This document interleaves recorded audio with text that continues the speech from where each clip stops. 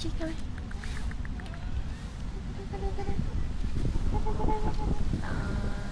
Yan ka.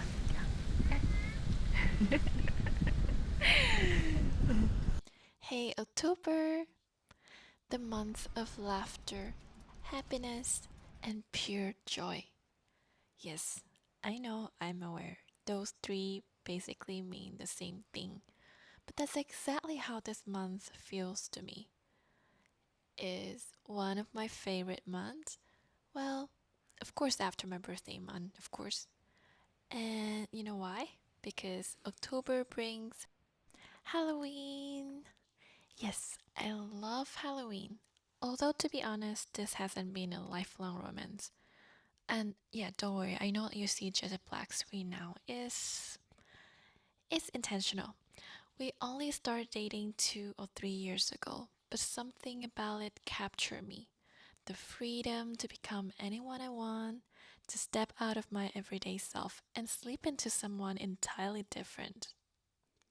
2 years ago, I cosplayed the Joker, and I have to admit, I loved it.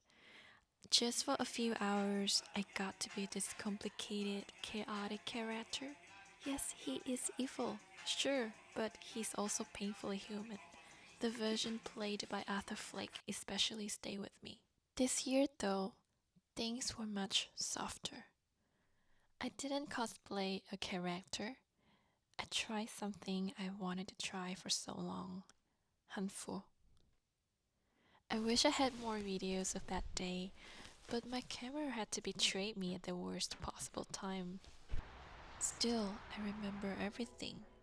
The freezing air, the way we layered the Hanfu together, preparing it, ironing it, getting mesmerized by the softness of the fabric, and suddenly being transported back to all those C-dramas I watched when I was little.